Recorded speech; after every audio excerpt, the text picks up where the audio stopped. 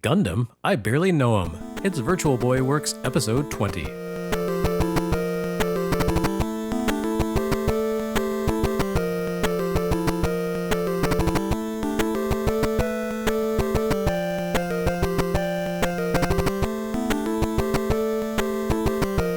case you weren't certain just how ubiquitous Gundam games are in Japan, here you go.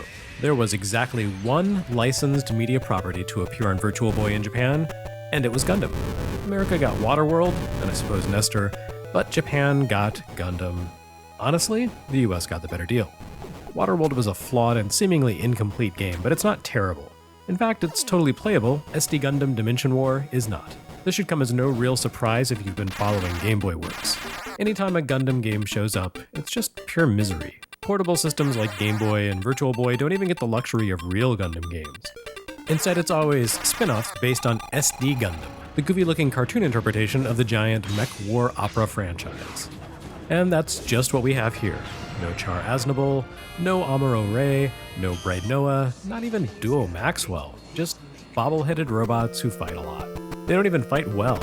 Dimension War has what might honestly be the absolute worst action scenes on Virtual Boy. It is to action games what Virtual Lab is to puzzle games. Well, okay, maybe it's not that bad, but it sure ain't great.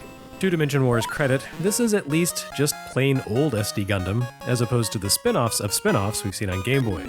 This isn't about samurai robots in feudal Japan, and it's not about robots fighting robo-goblins in some sort of Dragon Quest pastiche.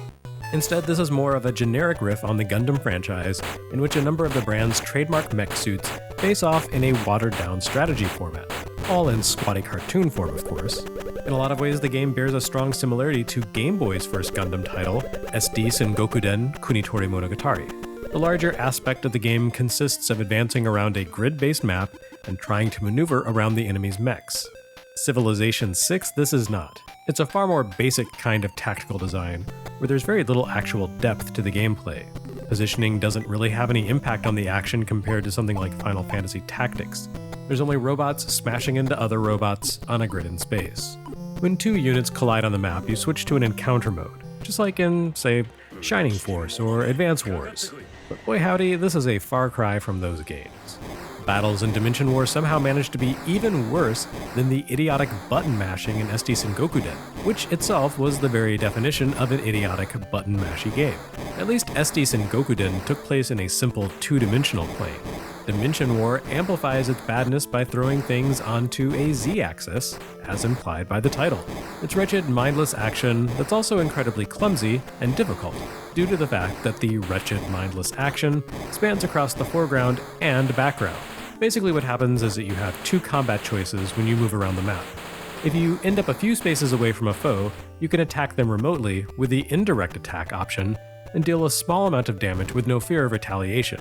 Indirect combat can be mildly helpful, but your output and impact here really amount to chip damage. It would take ages to win a battle this way, and there's no way the enemy will just sit around and wait for you to whittle down their health from a distance.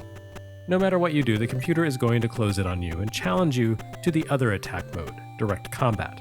You can choose to activate Ambush, a sort of Overwatch mode that allows you to get a slight jump on bad guys, but even then, everything ultimately comes down to head-to-head battles. When you face off against an enemy mobile suit, you attack in two phases.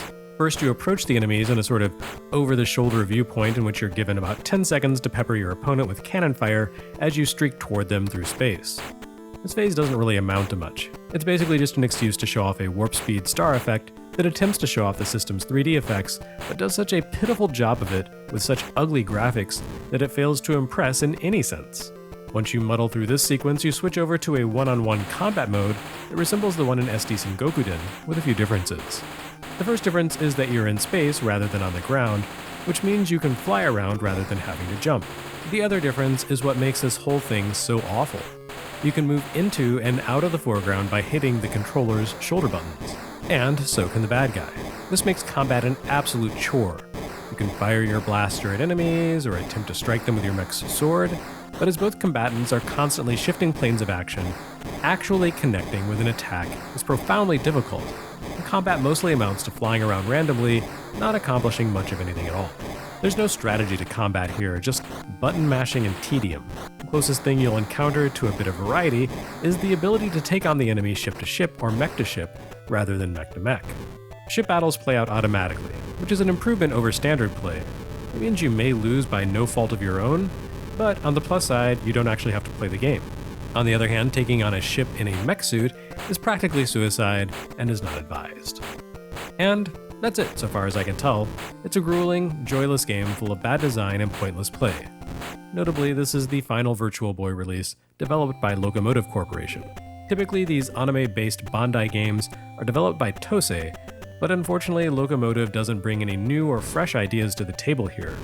They managed to create a game just as wretched as anything Tosei ever baked up. And worse, this isn't some generic bin filler like most Gundam games end up being. Instead, it sells for something like $1,000 due to its rare, late release. Because really, what greater insult could there be to a game like this than for it to impoverish you in exchange for the dubious pleasure of playing it? There aren't a lot of games that really live up to the Virtual Boy's dire reputation, but SD Gundam Dimension War is peak Virtual Boy cliché. The nicest thing you can say for it is that it's not as awful as Virtual Lab, which is not really a high bar to clear.